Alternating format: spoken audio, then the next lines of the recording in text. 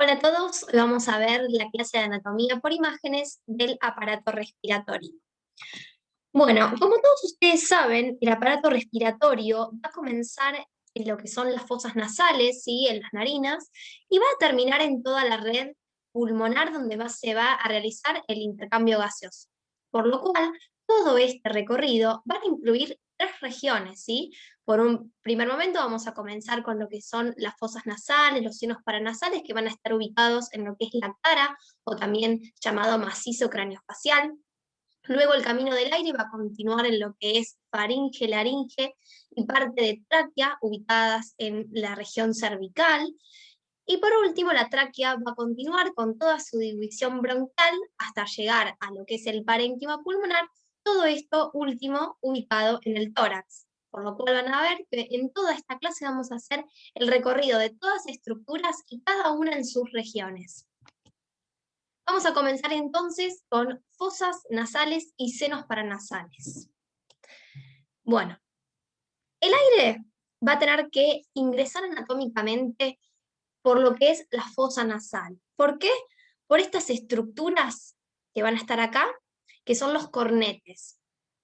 Ustedes tienen el cornete inferior, que es un hueso aparte, y el cornete medio y superior, como ya han visto en módulo 2, que van a depender del hueso etmoides. Estos cornetes van a lograr que el aire, cuando ingresa por fosa nasal, entre como de una manera turbulenta y se caliente, ¿sí? Por lo cual va a ser mejor que ingrese por acá. Además, las narinas tienen pelos que atrapan partículas y evitan que ingresen estas con el aire, ¿sí? Por lo cual es mejor que el aire va a ingresar por fosas nasales que por boca. Por ejemplo, ustedes, si alguna vez estuvieron resfriados, van a ver que el aire no puede ingresar por fosa nasal y entra por cavidad oral. En el caso de entrar por cavidad oral, van a ver que este aire no va a entrar humidificado ni calentado, va a entrar frío y eso va a irritar la laringe y, por ejemplo, van a ver que cuando uno se resfría, a los días tiene disfonía, le cuesta hablar y es por esto, ¿sí? El aire entonces va a tener que entrar mejor por fosas nasales. Bueno, ¿cómo están formadas estas fosas nasales?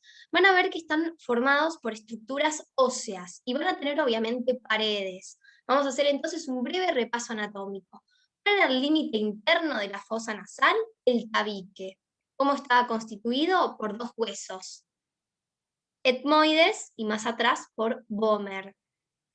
El techo de la fosa nasal va a ser el hueso frontal. La pared externa de la fosa nasal, acá vamos a tener varios huesos. Por un lado vamos a tener los cornetes, que los cornetes, por más que estén ahí internos, forman parte de la pared externa, acuérdense, por lo cual uno va a ser un hueso propio, que es cornete inferior, y otros van a depender del etmoides. También va a estar el efenoides, va a estar el maxilar superior como pared externa, y además también el hueso unguis, o también llamado lagrimal. Y en el caso de lo que es, perdón, también me faltó decirles el palatino, que también va a estar acá. Son 6, acuérdense. Y por último, el piso de las fosas nasales va a ser parte de lo que es como vendría a ser el paladar. El paladar óseo va a estar conformado por dos huesos, el maxilar superior y el palatino. Por lo cual, fíjense que toda esta parte ósea va a formar las fosas nasales, son bastantes huesos, hay muchos huesos en lo que es la región de cara. Así que todas estas fosas nasales además van a tener alrededor los senos paranasales, ¿sí? Que también van a estar revestidos por un epitelio mucoso y van a drenar todo contenido que se genere de más o excesivo hacia las fosas nasales, ¿sí? ¿Qué huesos tienen seno paranasal? Tenemos 4. Uno es el maxilar superior, como pueden ver acá descrito, ¿sí? A los laterales, acuérdense que era pared externa de las fosas. Otro es el seno frontal, que va a estar más relacionado con el techo y con la región superior de las fosas nasales. Y después tenemos dos huesos más que son por ahí más internos, más del endocráneo, que son las celdillas etmoidales, que van a estar acá en relación a la pared externa, y por detrás lo que es el seno esfenoidal, ¿sí? Así que bueno, con todo este breve repaso anatómico que hicimos, vamos a ver cómo estudiamos esto por imágenes. Vamos a tener dos métodos específicos para estudiar. Primero vamos a arrancar con radiología simple, ¿sí? ¿Qué problema tenemos en radiología simple? Acuérdense que radiología es superposición de imagen, por lo cual les conté todos los huesos que están en fosas nasales, así que va a ser medio difícil diferenciar cada uno y encima en un método con superposición.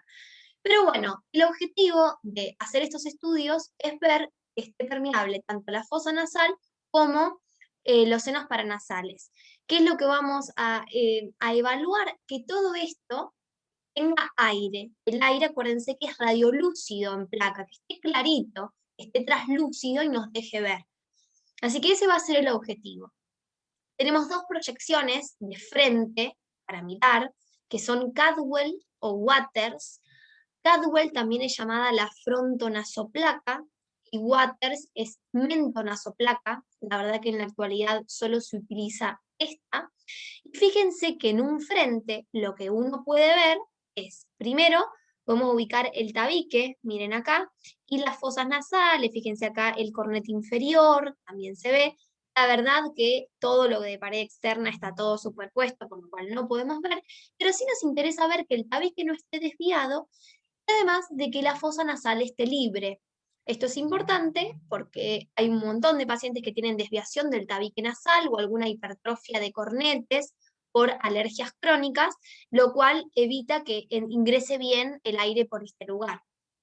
Así que esto es lo que hay que evaluar de la fosa nasal. Y después, en una proyección frente, entonces que la que vamos a utilizar es esta en la actualidad, vamos a ver solo dos senos. Los senos maxilares, conformando la pared externa, ¿sí? A externa de las fosas nasales, uno de cada lado, y superior a la fosa nasal vamos a ver los senos frontales, ¿sí? Si queremos seguir viendo los otros dos senos, vamos a tener que completar con una radiografía de incidencia lateral.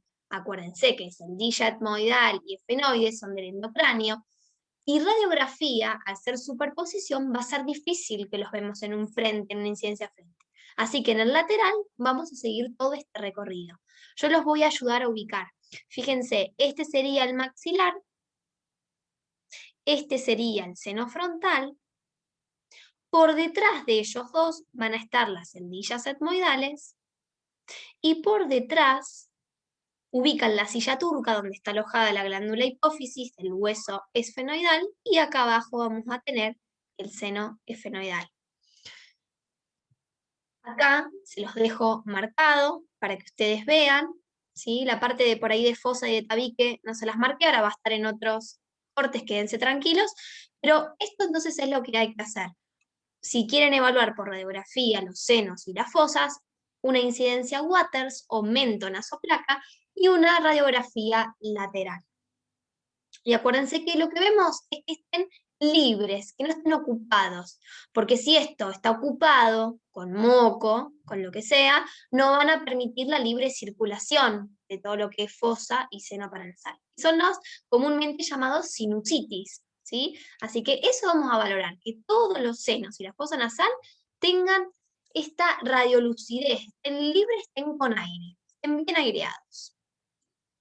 Bueno, acá fíjense que en una frontonasoplaca, como esta que tengo acá, hicimos como un zoom para ver un poco mejor las fosas nasales. Esto que les comentaba, que esperen un cachito que ahora ya vamos a ir a la fosa nasal.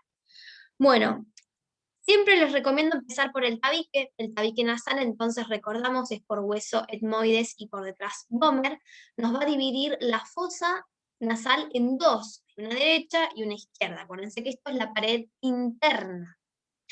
El techo de la fosa nasal va a ser el hueso frontal, y en este caso es un hueso que tiene seno, por lo cual acá vamos a ver el seno frontal. Pared externa de fosa nasal, acuérdense que son 6 huesos, y acá van a estar superpuestos, no los vamos a poder diferenciar, pero sí algunos, y los vamos a repasar. ¿Cuál puedo llegar a ver? El cornete inferior, que es un hueso aparte y es de pared externa, no de interna. Después, ¿cuál puedo ver? Cornete medio, y a veces se pueden ver los cornetes superiores, pero son más chiquititos. Estos acuérdense que dependen del etmoides y son también pared externa. Repasamos, ¿cuáles son los otros huesos? Dijimos entonces, corneta inferior, los cornetes etmoides, el esfenoides, el maxilar superior, el unguis y el palatino. Esos 6 van a estar acá en la pared externa, aunque no todos se van a poder diferenciar, porque esto es una imagen que tiene superposición.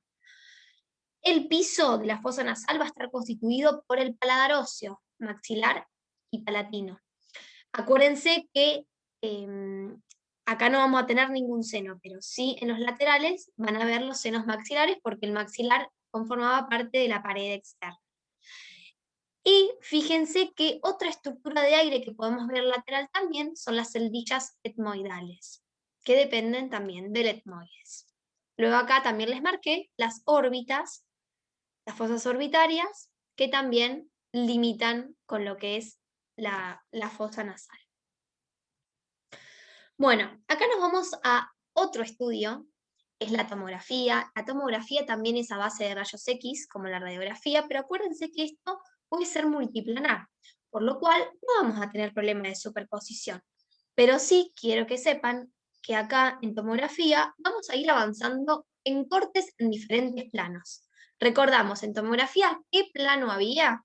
Tenemos el axial, que vamos viendo de superior a inferior, el coronal, como este que estoy marcando, vemos al paciente de frente y vamos a ir de atrás hacia adelante, de anterior a posterior, y por último tenemos el sagital, que es como ver al paciente de perfil, y vamos avanzando de derecha a izquierda. Los más importantes para evaluar el macizo craneofacial o cara van a ser el coronal y el axial, ¿sí? Y bueno, quiero que sepan que por ahí en un corte estático, por ahí no se puede llegar a ver todos los huesos, pero si uno va avanzando de atrás hacia adelante, en este caso en el plano coronal, podemos ir identificando todos los huesos. Hay algunos huesos de la cara que son muy chiquititos, como por ejemplo el palatino, es difícil de evaluarlo en sí, pero el resto de los huesos, la mayoría se puede evaluar bien. Así que bueno, vamos a empezar marcando. Vamos a comenzar, acuérdense, el tabique, para que les sea simple, conformado por etmoides y vómer. Acuérdense que el piso tiene todo lo que es el paladar óseo, maxilar y palatino lo conforman, componer paladar óseo está bien. Todo lo que es el techo de la fosa nasal va a estar constituido por el hueso frontal. Y luego la pared externa vamos a tener varias cosas. Tenemos el cornete inferior, que es hueso aparte, los cornetes medio y superior, que dependen del etmoides. El etmoides también va a tener celdillas, va a tener un seno acá. Nos falta el esfenoides, nos falta el maxilar superior, con su seno paranasal. También vamos a tener el unguis, o lagrimal, hueso lagrimal, y el palatino también. Así que estas son las cosas que vamos a marcar, que se las dije recién. Bueno, ¿qué son estas nuevas cosas que aparecieron? Los senos paranasales van a drenar en las fosas nasales mediante meatos. Eso vamos a hacer un breve repaso anatómico. Los meatos, acuérdense que son 3, porque están relacionados cada uno con un cornete, ¿sí? El meato inferior igualmente va a drenar algo que no tiene que ver con los senos paranasales, sino que es el conducto lacrimonasal. Sí, en el cornete medio y en el cornete superior van a drenar lo que son los senos paranasales. Así que toda esta manera de drenar, van a ver que los vamos a ver como caminitos que van desde el seno hacia la fosa nasal. En este caso, los dos que vemos, que son el maxilar y el etmoides, van a drenar en el meato medio, ¿sí? Y bueno, estos son cómo se llaman estos caminitos. El etmoides y el frontal van a drenar por el receso frontoetmoidal y el maxilar hacia el meato medio va a drenar mediante el complejo osteomeatal. Si miran ahí es como un caminito, entonces que une los senos a la fosa nasal. Esto es muy difícil de valorarlo con radiografía, con tomografía se puede ver mejor.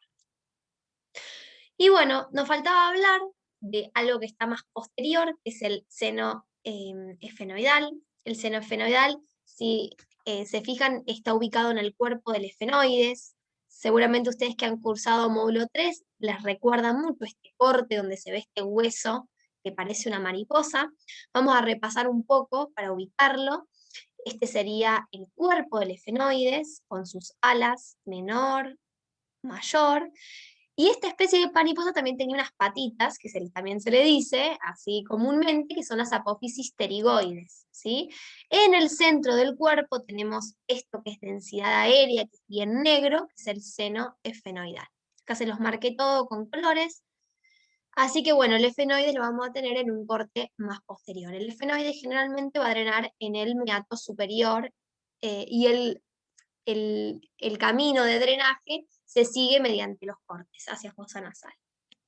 Bueno, les dije también que el macizo es estudiado en cortes axiales, por lo cual acá vamos a ubicar también. Fíjense que acá tenemos los globos oculares del paciente, las órbitas, y acá estaría lo que es huesos propios de la nariz.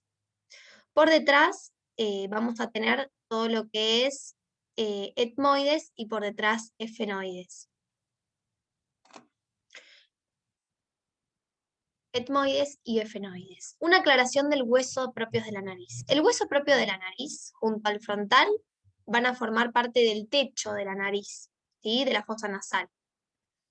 No es el tabique nasal, esto es para que no lo confundan. Bueno, terminamos con la parte de macizo y de cara, con todos estos huesos que les mencioné, y nos vamos a pasar a la laringe, ¿sí?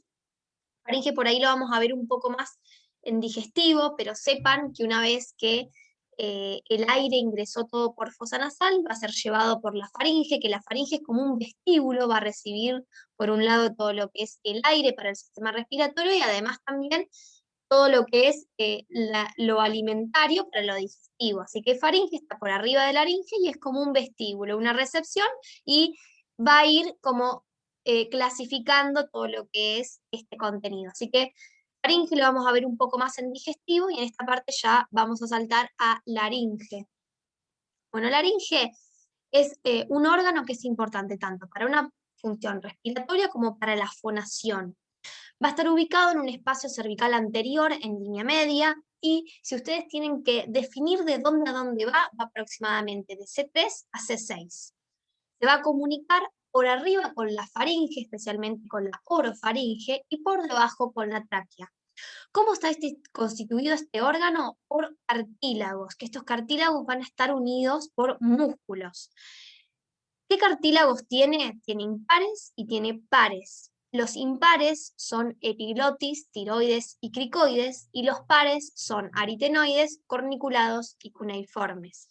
Este epiglotis es muy importante porque el mismo se cierra cuando uno realiza todo lo que es la digestión, cuando traga el alimento. Entonces esto es importante para que funcione bien epiglotis, para que el contenido alimentario no vaya hacia la parte respiratoria y a la parte de laringe. Bueno, así tenemos una vista sagital de lo que es la laringe. Esto que está acá no es cartílago, sino que es un hueso en relación, que es el guioides. Vamos a marcar los tres impares que son más anteriores en una vista sagital. Tenemos epiglotis, que ya le mencioné que era su función. Después tenemos tiroides y después tenemos cricoides. En el caso de los posteriores, que son los impares, son aritenoides, corniculados y cuneiformes. Acuérdense que aritenoides por ahí es el más grande y es el único que vamos a ver por imagen. Los otros son muy pequeños. Bueno, ¿qué relaciones tiene la laringe? En su cara posterior y bien superior vamos a tener a los senos piriformes. Superior entonces vamos a encontrar todo lo que es faringe, lengua, fosas glosoepiglóticas. Anterolateral a la laringe va a estar la glándula tiroides, músculos extrínsecos y vasos del cuello. La laringe va a tener mucha relación con todo lo que es la carótida, la yugular, ¿sí? Bien al lateral. E inferior de la misma se va a continuar todo y todo este aire va a seguir conduciéndose por la tráquea. Bueno, la laringe puede subdividirse clínicamente en regiones, que son tres. ¿Qué es lo importante? Las cuerdas vocales, que si bien hay dos, hay unas verdaderas y unas falsas, las verdaderas se van a localizar en la región glótica. Por encima de esta región va a estar la región supraglótica y por debajo va a estar la región infraglótica. Si ven ustedes, en lo que es la región glótica, están las cuerdas vocales. ¿Y por qué esto es una subdivisión clínica? Porque depende de donde haya una patología, el paciente puede cursar con una diferente clínica, por eso subdivisión clínica. Por ejemplo, repasemos, si alguien tiene un problema en la región glótica, el motivo de consulta va a ser disfonía, o sea, va a tener una dificultad para hablar, ¿sí? Si va a tener una dificultad en la región supraglótica, va a estar comunicado más con el sistema digestivo, entonces el paciente puede tener una disfagia, una dificultad para tragar. En cambio, si hay algún problema en la laringe, en la parte infraglótica, el síntoma del paciente va a estar más relacionado con el sistema respiratorio. Entonces va a tener disnea, pero una dificultad para respirar. Entonces, supraglótica, disfagia, glótica, disfonía e infraglótica, disnea. ¿Sí? Esto seguramente de la patología lo van a ver mucho más adelante, pero ya más o menos le voy adelantando para qué sirve esta división clínica de la laringe. Fíjense entonces cómo es un órgano que no solo está en la parte respiratoria, sino que también influye con la fonación y tiene relación con el sistema digestivo. Esto del epiglotis, de que funcione bien, evita que el contenido alimentario, al pasar de lo que es la cavidad vocal hacia el esófago y faringe, evite entrar en todo lo que es el aparato respiratorio. Bueno, ¿cómo vamos a estudiar la laringe? La verdad que la laringe van a ver que tiene como una visualización directa que es la laringoscopía, es como una endoscopía, ¿no? Pero bueno, por métodos, por imágenes, uno puede identificar la luz laringea y ver si está bien o si está colapsada o le pasa algo alrededor. Bueno, acá tenemos lo que es la cavidad oral del paciente. La luz que se ve detrás, lo primero que va a ver, acuérdense que es faringe. Que la faringe, como ya vamos a ver en digestivo, tiene tres partes. La nasofaringe, que es la comunicada, todo lo que es la fosa nasal. La orofaringe, comunicada lo que es cavidad oral. Y luego la laringofaringe, antes de comunicarse con la laringe. ¿Sí? En este caso, el recorrido del aire va a venir por lo que es la fosa nasal, nasofaringe, orofaringe, y se va a ir hacia adelante, que es todo lo respiratorio. Por detrás lo respiratorio siempre va a estar lo digestivo, que a veces normalmente no vamos a ver una luz detrás de la laringe porque están colapsados, generalmente los órganos de esófago pueden estar colapsados, entonces no se van a ver. Yo acá les voy a marcar esto que decía, esto NF o FHF sería, es la hipofaringe, ¿sí? Y esto de en rosita que está acá es la laringe. Acuérdense que la laringe iba de C3 a C5. Ya después se comunica con lo que es la tráquea. Bueno, otro método para evaluarla por imágenes es tomografía. Generalmente uno no pide radiografía para evaluar la laringe. Generalmente se le hace, como yo les comentaba, una laringoscopía y si hay alguna alteración se puede pedir una tomografía porque más que nada, además de evaluar la luz, podemos ver lo regional, si hay alguna compresión o algo que esté bien acá en la región, en este caso sería del cuello. Bueno, vamos en imágenes a diferenciar estas regiones, ¿no? Acuérdense que la de más superior, por encima de las cuerdas vocales, es la región supraglótica. Van a ver que tenemos estos cartílagos que a veces se pueden osificar, entonces a ustedes les puede parecer que puede haber huesos, ¿sí? Pero en realidad son los cartílagos de la laringe. Igual acuérdense que bien arriba también va a estar el hueso hioides, que ese sí tiene osificación. Bueno, ¿qué podemos llegar a marcar en la región supraglótica o cómo ustedes se pueden dar cuenta? Porque la luz laringe a este nivel va a tener como dos luces más de aire alrededor, que son los senos piriformes. Así que cuando vean una luz laringea y por la morfología de la vértebra cervical que tiene en cuello, acuérdense que con esta lucecita así es la supraglótica. Cuando la luz laringea se pone como en una forma de gota, vamos a estar en la región glótica de las cuerdas vocales. Acá va a ser difícil diferenciar si hay una cuerda vocal o no. Sí pueden ver la luz. Y van a tener algunas estructuras adyacentes, por ejemplo, van a tener acá un cartílago, fíjense que acá está osificado, que en este caso, en la región glótica, acuérdense que los músculos se llaman cricoaritenoideo, o sea que los cartílagos van a ser en la región anterior y lateral el cricoides y en la región posterior el aritenoides, ¿sí? Así que estas las estructuras que vamos a ver, y esto que está acá, que como si fuera la parte anterior, se va a llamar comisura anterior. Pero bueno, lo más importante es que ustedes diferencien la morfología de la luz y saber que esta es la región glótica.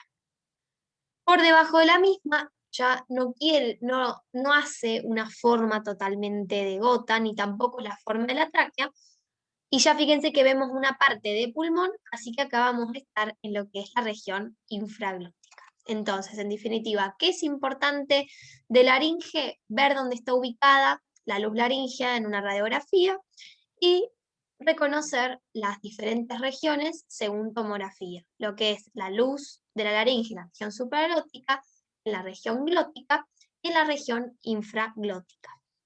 Recuerden entonces que para valorar la laringe hay un estudio directo que se llama laringoscopía. Bueno, ya después que termina todo de conducirse el aire por laringe, vamos a continuar en tráquea. La tráquea va a estar desde la parte superior del cuello hacia el tórax. Por eso ya nos vamos a desplazar a la región torácica y vamos a comenzar a hablar de ella.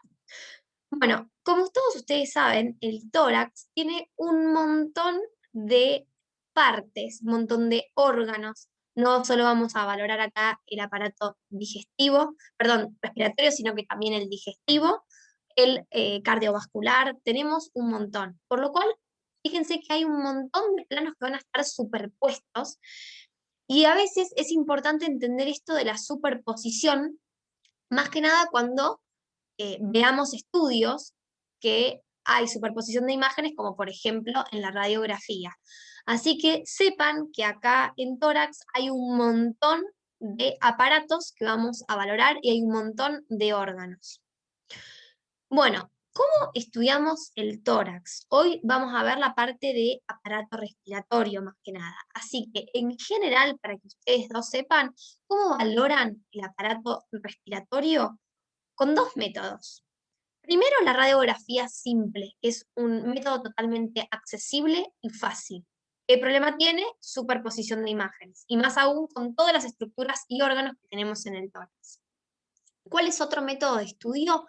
La tomografía, que acá vamos a tener un estudio triplanar, por lo cual este va a ser mejor para valorar. Pero bueno, uno puede comenzar a estudiar al paciente por una radiografía y luego seguir con una tomografía. ¿Qué les dejé acá abajo? Ecografía y resonancia, la verdad que para esto no van a servir. Para tórax enfocado en aparato respiratorio, ecografía y resonancia no. Sí vamos a ver radiografía y tomografía de tórax. Bueno, es importante en la radiografía de tórax. La radiografía de tórax vamos a pedir que el paciente se haga en una inspiración. ¿Por qué? Porque necesitamos ver el tórax, ver el pulmón con aire. ¿Se acuerdan que estamos viendo toda esta parte de cómo se conducía el aire? Entonces nosotros queremos que el paciente tenga aire en el pulmón para poder valorarlo, ¿sí? Y lo importante siempre es que el paciente esté bien centrada su imagen, ¿no? Que no esté rotado hacia un lado o hacia otro. Por lo cual es importante siempre marcar las apófisis espinosas que se pueden ver de las vértebras dorsales y ver que éstas estén equidistantes a cada lado con los bordes de la clavícula. Así nos vamos a dar cuenta que el paciente no está rotado, porque a veces si un paciente está, por ejemplo, más lateralizado a la izquierda, uno puede ver un hemitórax más grande que el otro y en realidad no es que hay algo mal, sino que el paciente no está correctamente posicionado. Bueno, otra cosa importante para cuando empecemos a hablar de tórax, por todos los órganos que tenemos, son recordar las densidades radiológicas. Lo que tiene aire, como ya venimos viendo en seno paranasal, fosa paranasal, laringe y parte de tráquea, todo esto va a tener aire, por lo cual lo vamos a ver radiolúcido, negro en los métodos por imágenes, ¿sí? Lo que es grasa, que en este caso no vamos a tener mucha grasa, pero sí podemos llegar a ver, por ejemplo, las partes blandas del tórax, sombra mamaria, todo lo que pueda llegar a contener algo de grasa, tejido celular subcutáneo, se va a ver radiolúcido, pero un poco más tirando al gris, no tan oscuro como el aire. Y luego ya tenemos después las tres densidades radiológicas que van a ser radiopacas, van a ser blancas. Yendo del blanco más claro tenemos lo que es la densidad hídrica del agua, luego tenemos la del calcio y luego tenemos la de metal. El agua, ¿dónde lo vamos a tener en el respiratorio? En algo que esté normal, no, pero sí vamos a tener la silueta cardíaca y también los vasos pulmonares. Acuérdense que el pulmón tiene ramificación de vasos pulmonares y eso sí es normal. Entonces ustedes van a ver toda la ramificación de los vasos, todo lo que sea aparato cardiovascular, con toda la ramificación de vasos hacia el pulmón que se va a ver radiopaco, ¿sí? Y eso sí va a ser normal. Después también que vamos a ver de calcio todas las partes óseas que conforman esta caja torácica, el esternón, las costillas, las vértebras, la parte que podemos llegar a ver de escápula. Y metal, en alguien que tenga alguna prótesis o algo, se puede también llegar a ver. Bueno, van a ver que para empezar a leer una radiografía de tórax, a veces uno mira una cosa, va a la otra, vuelve, por ejemplo, ir a mirar el corazón, voy a un hueso, vuelvo al pulmón. Bueno, no, acá yo les voy a decir que hay una regla para valorar la placa de tórax. Esto les va a servir más que nada para el día de mañana, ¿sí? Hay muchas, pero es bueno que en el día de hoy ya empiecen a hacerlo. Primero se empieza mirando el abdomen, ¿sí? Que sería toda la parte inferior, donde vamos a ver una parte de lo que es el estómago. Después se mira todo lo que es la pared torácica con tejidos blandos, lo óseo. Después el mediastino, después un pulmón y después comparar los dos pulmones. Entonces esto le va a quedar, ¿acaso tiene mucha patología pulmonar? Esto es para que recuerden. Esta es la manera de empezar a valorar una radiografía. Hoy vamos a ver lo respiratorio, pero el día de mañana, cuando ustedes tengan que mirar a un paciente donde tengan que valorar todo, donde tengan que valorar mediastino, corazón, acuérdense de siempre hacer este paso. El pulmón, como a veces es lo más importante que ustedes tienen que descartar, les va a quedar al final. Bueno, esto es un estudio, no es un preparado, es una tomografía 3D de lo que es la caja torácica. Fíjense todos los huesos que nos van a cuidar todas estas estructuras que están tanto en los pulmones como el mediastino. Tenemos esternón, arcos costales, vértebras dorsales y también tenemos los que es escápulas. No olvidarse también las clavículas. Bueno, ya les hice como una breve introducción a la región torácica y vamos a seguir viendo este camino del aire que venía por fosa nasal, cavidad bucal y laringe. Ahora vamos a continuar en lo que es tráquea y bronquios, ¿sí? Entonces, ¿este qué estudio es? Es una radiografía de tórax, incidencia frente. ¿Qué vamos a evaluar? En este caso estamos hablando de tráquea y bronquis, por lo cual la tráquea la vamos a ubicar en el mediastino, en una región medial bien superior, que viene parte desde el cuello, y como ya dijimos, tiene densidad aérea, es radiolúcida. Fíjense que por detrás se va a poder llegar a ver toda la parte de los cuerpos dorsales con sus apófisis espinosas. Bueno, la tráquea entonces va a estar acá. En la región inferior va a estar un poco lateralizada a la izquierda debido a que acá aparece el botón aórtico, como ya después vamos a ver en cardiovascular. Y la tráquea se va a dividir en dos bronquios principales, porque el aire va a tener que ir a los dos pulmones. Entonces, a nivel de T4 o D4, va a estar la carina. Carina es el lugar donde se bifurca la tráquea en dos bronquios, en uno derecho y en uno izquierdo. Acá también les marqué para que sepan que acá está el corazón, todo lo que tenga vaso sanguíneo y contenido hídrico en su interior se va a ver radiopaco. Pero fíjense que tráquea y carina se va a ver todo radiolúcido. Bueno, en un perfil donde vamos a ubicar la tráquea, acá va a estar en lo que es mediastino medio, porque esto va a ser más parte anterior, así que, y esto es posterior, va a estar bien en el medio, y vemos la tráquea como acá se va a bifurcar en un bronquio. Acuérdense que esto es superposición, así que va a ser difícil a veces ver si es un bronquio derecho o bronquio izquierdo. Bueno, esto es lo que les decía y se los muestro con una tomografía en un corte coronal. Viene la tráquea y a nivel de T4 se va a dividir en la región carina en dos bronquios, en uno derecho y en uno izquierdo. ¿Cómo le pueden decir a estos bronquios? Bronquio fuente, bronquio principal, bronquio primario. Hay uno derecho y hay uno izquierdo, porque va uno a cada pulmón. En un corte axial, acuérdense entonces que la tráquea va a estar en el medio, porque es parte del mediastino medio. Mediastino es este espacio que está entre ambos pulmones, ¿no? Y en este espacio donde también va a estar el corazón, los grandes vasos, va a estar la tráquea, viene en el medio, ¿sí? Bueno, vamos a hacer un repaso.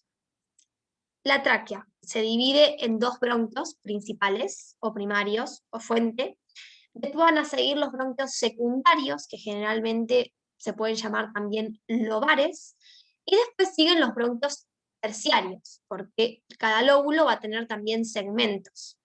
¿Cómo sigue toda esta parte de conducción? Hasta un bronquiolo. Pero ya después empiezan a ser bronquiolos respiratorios, los terminales con el alveolo, porque ya después su función no va a ser conducir el aire, sino que va a ser el intercambio gaseoso. Por lo cual, llega un momento que los bronquios, hasta lo que es el bronquiolo terminal, después de esto ya van a llamarse vías respiratorias en sí, porque van a ser las que se encarguen del intercambio gaseoso.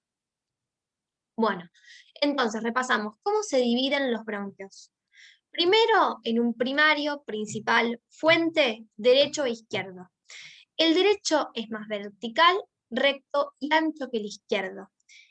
¿Para qué es importante esto? Por ejemplo, el día de mañana, si eventualmente llega a haber una aspiración de un cuerpo extraño, que es más frecuente siempre en pediatría, si se aspira un cuerpo, no es que va al digestivo, va al respiratorio y provoca una obstrucción aérea, es más probable que este cuerpo extraño se vaya al pulmón derecho, porque es más vertical, recto y ancho. Entonces esto, cuando uno tiene que buscar rápido el cuerpo extraño, directamente lo va a ir a buscar al lado derecho. Bueno, bronquios lobares o bronquios secundarios tenemos 3 derechos y 2 izquierdos. ¿Por qué? Porque hay 3 lóbulos en el pulmón derecho y 2 en el izquierdo. Y luego tenemos los bronquios segmentarios, que va a haber según los segmentos de cada pulmón. Bueno, esto yo, la verdad, no quiero que ustedes lo aprendan, pero sí les quiero mostrar cómo uno puede llegar a evaluar cuáles son los bronquios de cada lado. Bueno, les voy a ya adelantar un poco algo de pulmón para que empiecen a entender la imagen. Recordamos que esto entonces era el mediastino donde estaba la tráquea, y a los laterales vamos a tener el pulmón. Fíjense que el pulmón de cada lado va a tener como una densidad aérea, no es tanto como la tráquea, porque también acuérdense que el pulmón tiene una red vascular, entonces no es solo aire, pero esto va a ser el pulmón. Dentro del pulmón vamos a marcar van a haber como dos ramificaciones. Primero vamos a tener ramificaciones de aire, que van a ser las bronquiales, y después vamos a tener ramificaciones de algo hiperdenso, que se acuerdan que era radiopaco en radiografía, que son todas las ramas de los vasos pulmonares. Así que fíjense que uno va evaluando segmentos, en este caso son segmentos superiores de cada lado, y vamos a ver cómo hay 3 ramas segmentarias de bronquio, anterior, apical y posterior. ¿Sí? Esto en tomografía, acá se ve como hay un bronquio, tráquea, un bronquio principal, un bronquio lobar para el superior y después hay 3 segmentarios, ¿sí? Esto obviamente no quiero que lo sepan, pero les muestro cómo se puede ir evaluando la división bronquial, que esto es más que nada para evaluar eventuales malformaciones que pueda haber, que a veces cuando no se generan bien toda esta división bronquial, puede haber segmentos que estén como tapados y que no airen bien, ¿sí? Y puede llevar a neumonías frecuentes también, o a mala distribución del aire. Bueno, después llegamos a cortes más inferiores, acuérdense que el lóbulo medio es anterior y el lóbulo inferior es posterior, y bueno, el lóbulo medio va a tener 2, lateral y medial, ¿sí? Y después el lóbulo inferior derecho va a tener 5 segmentos, superior y alpi, también se le dice, anterior, lateral, posterior e inferior o medial. Por eso es ALPI, como la regla mnemotécnica, ¿sí? Esto es para mostrarles cómo uno puede ir en tomografía evaluando la división bronquial. Obviamente que esto no se lo vamos a tomar, quédense tranquilos. Del lado izquierdo, lo mismo, podemos ver que acá, ¿se acuerdan que superior había 3? Del lado derecho acá hay 2, que es anterior y apico-posterior. Después sigue la língula en inferior y superior. La língula es como algo similar al lóbulo medio derecho. Y después el lóbulo inferior izquierdo, en vez de 5, va a haber 4. Tenemos superior y anteromedial, lateral y posterior. Por lo cual hay 10 bronquios segmentarios del lado derecho y 8 del lado izquierdo. Eso es en relación a los segmentos pulmonares. Bueno, llegamos al pulmón.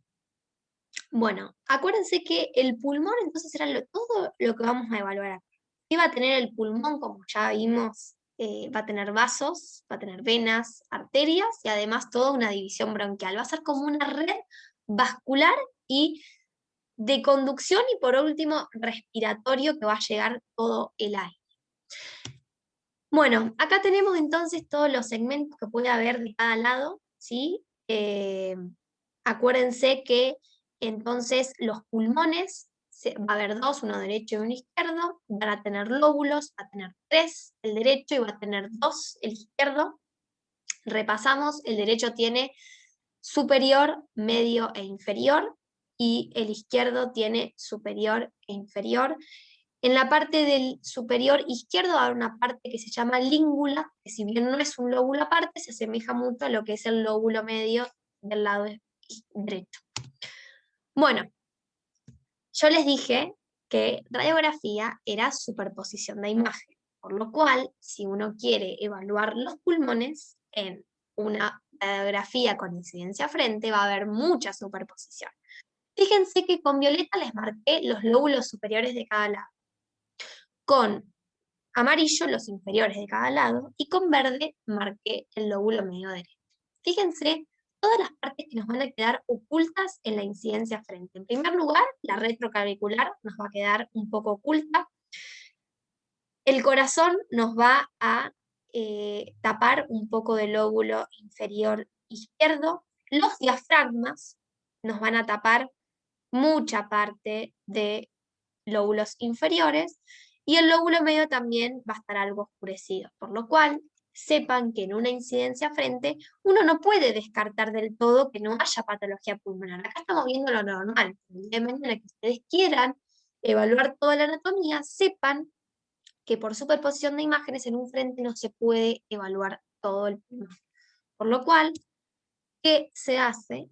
Par radiológico, ¿sí? Porque lo más importante era lo retrocardíaco y lo retrodiafragmático, ¿sí?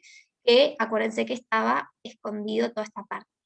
La parte retroclavicular, y más que nada antes cuando había tantos casos de tuberculosis, se podía hacer una descentrada de vértices. El paciente se ponía en una posición especial que permitía ver la región retroclavicular. Pero la verdad que actualmente no se utiliza tanto y si aún en el par radiológico me siguen quedando dudas, uno obviamente va a avanzar a lo que es la tomografía.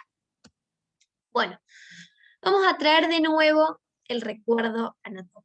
Acuérdense entonces que todo el aire venía por todo lo que es fosa nasal, laringe, tráquea, bronquio principal, bronquio secundario, terciario, bronquiolo, y después va a empezar a generarse toda la parte respiratoria más que de conducción, ¿sí? Donde va a generarse el intercambio gaseoso. Todo esto va a terminar en el alvéolo.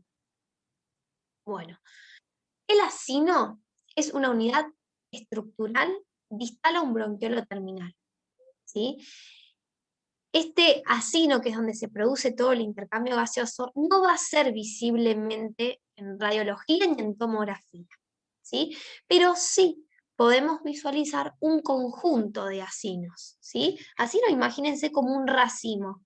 Por ahí no puedo ver una sola uva, por ejemplo, pero sí puedo ver un conjunto de todos en lo que es tomografía, radiología, obviamente que no. Así que por eso sepan que si bien nosotros no podemos ver como un corte de histológico, como si fuera el patólogo, pero sí podemos ver la anatomía subsegmentaria, un conjunto de estos acinos, ¿sí? ¿Y qué podemos marcar? Ustedes cuando hagan los esquemas de lo que va a ser intercambio gaseoso, van a ver que el espacio alveolar, que es esto que les va a quedar acá, está rodeando a un intersticio central y va a tener por fuera un intersticio periférico. Todo este espacio alveolar además va a tener como una red uniendo, que son los espacios intra septales, que van a ir como mediando con los dos intersticios. Fíjense que en el centro, el axial, va a venir una arteria y un bronquio, ¿no? Terminal. Entonces, todo esto se va a oxigenar mediante las venas pulmonares, que son las que tienen el oxígeno, y luego vuelven a salir por bronquio cuando, perdón, llega el oxígeno, se oxigena, todo eso va a venir por lo cardíaco y luego va a venir la sangre desoxigenada por todo lo que es la arteria pulmonar y ahí sí vuelve a retirarse como dióxido de carbono. Así que bueno, esto es importante porque lo van a ver seguramente en lo que es más fisio y esto sí lo podemos ver por imágenes, ¿sí? Por lo cual, eh, no en la tomografía común, pero en tomógrafos que son multi-slice, que hacen cortes de 1 milímetro, podemos llegar a valorar toda esta red vascular que se puede llegar a generar y todos estos lobulichos, que son las unidades del pulmón. Fíjense que son como especies de triángulos, ¿sí? En el centro, acuérdense que están todo lo que es una arteria y un bronquio, ¿sí? Así que en la arteria y bronquio va a venir todo esto, ¿sí? Después tenemos el espacio alveolar y por último tenemos un espacio intersticial rodeando lo que es el lobulicho pulmonar secundario, ¿sí? Esto por ahí ahora les parece complicado, pero el día de mañana, cuando estemos en diagnóstico por imágenes, le va a servir un montón para poder diferenciar lo que es la patología alveolar de la intersticial. Acuérdense que el espacio alveolar es todo esto celeste y el resto de colores es el intersticio, lo que rodea al alveolo. Y después obviamente en ustedes van a estudiar bien en fisiología cómo es todo este recorrido de ramas entre venas, arterias y bronquios, que va a llegar el oxígeno entonces por el bronquio, toda la sangre se va a oxigenar en lo que es las venas pulmonares, en todo lo que es el pasaje cardíaco, como lo vamos a ver mejor cuando veamos cardio, y después todo lo que es la sangre desoxigenada va a estar en la arteria pulmonar. Y obviamente esto se vuelve a salir el dióxido de carbono en la expiración mediante también los bronquios y todas estas vías conductoras. Bueno, acá terminamos, ¿sí? Acuérdense entonces que el tórax se tienen que evaluar, el parénquima pulmonar lo van a valorar con superposición en una placa de tórax y se ve mejor en lo que es la tomografía, ¿sí? Bueno, llegamos a parte final, que es pleura y cisuras. El espacio pleural y todos sus repliegues, que son las cisuras. Bueno, vamos a repasar un poco lo que venimos viendo. Entonces, esto es una radiografía de tórax, incidencia frente. Acuérdense que vemos toda la parte de tráquea en la región superior, que es aérea, y vemos en la carina cómo se divide. Esto que vimos acá, los laterales, son los pulmones, que acuérdense que hay mucha superposición. ¿Qué tiene adentro el pulmón? Tiene aire, pero también van a ver unas cositas radiopacas, que es la división de vasos, ¿no? Que habíamos visto. La división bronquial en radiografía es difícil, sí la podíamos ver en tomo, pero si ustedes prestan mucha atención, por ahí acá puede llegar a ver algún bronquio. Bueno, y además en el mediastino, como ya vamos a ver en cardio, está la silueta cardíaca y todo lo que es botón aórtico. Bueno, ¿qué pasa con pleura y cisuras? La pleura, sepan que son estructuras de 1 a 2 milímetros, por lo cual a veces es difícil querer verlas por acá, y más si están normales, pero hay una cisura que se puede llegar a ver en incidencia frente, que es la cisura menor derecha. Radiografía simple, las de antes, no la van a poder valorar, pero las radiografías nuevas, que son digitales, que tienen mejor definición, ahí sí se puede ver. Y la cisura se va a ver en el cuarto espacio intercostal, y va a ser una fina línea que va a ir desde la periferia hasta el hilio pulmonar. Yo acá les hice un zoom, y van a ver que se ve una fina línea desde la periferia hasta el centro. ¿Para qué va a ser importante definir o ver dónde está la cisura? Para evaluar en algún momento si hay algún colapso pulmonar que haga que esta cisura se suba o se baje, o lo que fuere, ¿sí? Así que de cisura, lo único que vamos a ver en un frente es la cisura menor derecha. Bueno, obviamente como son estructuras muy pequeñas, las cisuras y lo que es la pleura normalmente no vamos a ver, pero sí vemos las cisuras en tomografía. Acá tenemos un corte sagital y por lo cual, por la cisura que hay, ustedes ya pueden predecir de qué lóbulo, de qué pulmón se trata. Acá fíjense que tenemos solo una cisura mayor y dividida en dos lóbulos, por lo cual esto va a ser el pulmón izquierdo, ¿no? Y tenemos un lóbulo superior y un lóbulo inferior. Acuérdense que el lóbulo superior izquierdo va a tener una parte más inferior, que es la língula, que se asemeja al lóbulo medio derecho. En este caso, tenemos un pulmón que tiene dos cisuras. Tiene una menor horizontal y una mayor oblicua, por lo cual este va a ser el pulmón derecho, ¿sí? Y va a tener lóbulo superior, anterior lóbulo medio y posterior e inferior lóbulo inferior derecho. Y a veces pasa. Hay cisuras accesorias, ¿no? Normalmente tenemos una en el izquierdo y dos en el derecho, pero puede haber más, como por ejemplo la más común es la cisura de la ácigos, que es porque la vena ácigos hace un recorrido intrapulmonar y a veces este recorrido no se termina de cerrar bien y genera un nuevo lóbulo. Entonces a veces puede haber 4 lóbulos en el pulmón derecho, que es el cuarto, es el lóbulo de la ácigos. Es una variante anatómica, no pasa nada, pero a veces estos pacientes que tienen este lóbulo accesorio, que es un lóbulo de más, tienen riesgo de tener neumonía porque no tiene una buena ventilación y una buena perfusión como el resto de los lóbulos. Bueno, ¿qué les mostré acá? Esto es una radiografía patológica. ¿Por qué decimos eso? Porque cuando uno va a lo último, ¿se acuerdan que primero había que mirar el abdomen, después vemos todas las paredes, lo óseo, mediastino y por último pulmones? Acá yo empiezo a comparar, hay un pulmón que está más blanco que el otro, ¿sí? Así que bueno, esto es para comentarles que el espacio pleural se ve si está patológico. En este caso es un derrame pleural. Hay mucho líquido en el espacio pleural, que es patológico. Acuérdense que hasta 15 milímetros está bien y eso no se ve por imágenes. Ya si hay una ocupación de todo, esto es la pleura que se ocupó y dejó el pulmón colapsado y superior. Cuando veamos patología se van a dar cuenta por qué no es otra cosa, ¿sí? Pero sepan, esto se los muestro simplemente no para tomárselo, sino que se ve el espacio pleural si está patológico.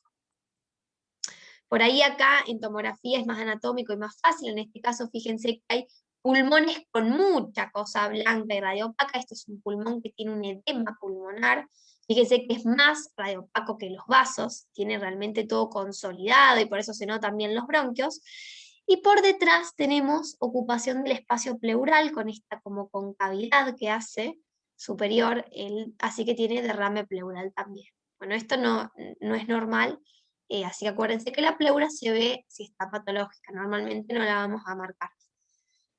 Y bueno, en este caso tenemos un paciente en el cual, fíjense que comparando los pulmones, hay un pulmón que hay como una línea y por fuera de este no hay trama pulmonar. La trama pulmonar normal, acuérdense que tiene que tener aire, pero mezclada también con vasos. En este caso no hay vasos en la periferia. Esto es porque hay aire en la cavidad pleural, hay un neumotórax que está desplazando, comprimiendo todo lo que es el pulmón normal que está acá.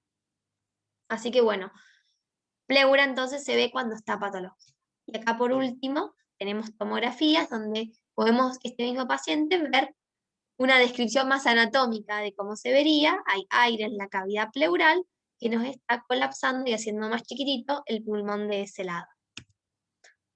Un corte axial de ese mismo paciente. Bueno, Espero que hayan entendido y les haya gustado el tema del sistema respiratorio. Nos veremos en el próximo, que es aparato cardiovascular. Cualquier duda me consultan.